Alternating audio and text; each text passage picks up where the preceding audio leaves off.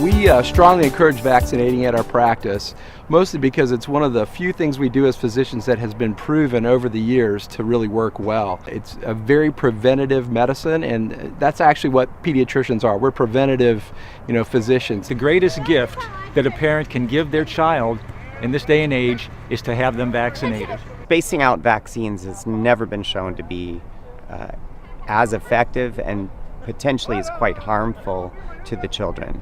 And the vaccines have worked so good over the decades that we lose sight of why they were done and initiated, and that is to prevent serious infectious diseases.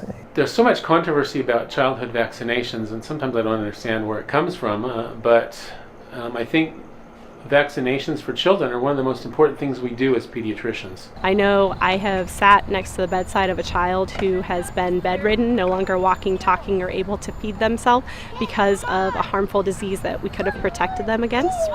So I recommend vaccinations, immunizations to all children. So I like to try to get their background and why do they feel this way, why do they have this perception of the vaccines, and then try to go over the actual facts with them. What people don't understand is that it's not necessarily that you're vaccinating your own child to protect them, but your herd immunity for the entire community is super important. So vaccinating your child is ultimately going to be protecting all of those other kids. I believe in vaccinating because I believe in promoting health, and I believe in preventative medicine and evidence-based medicine.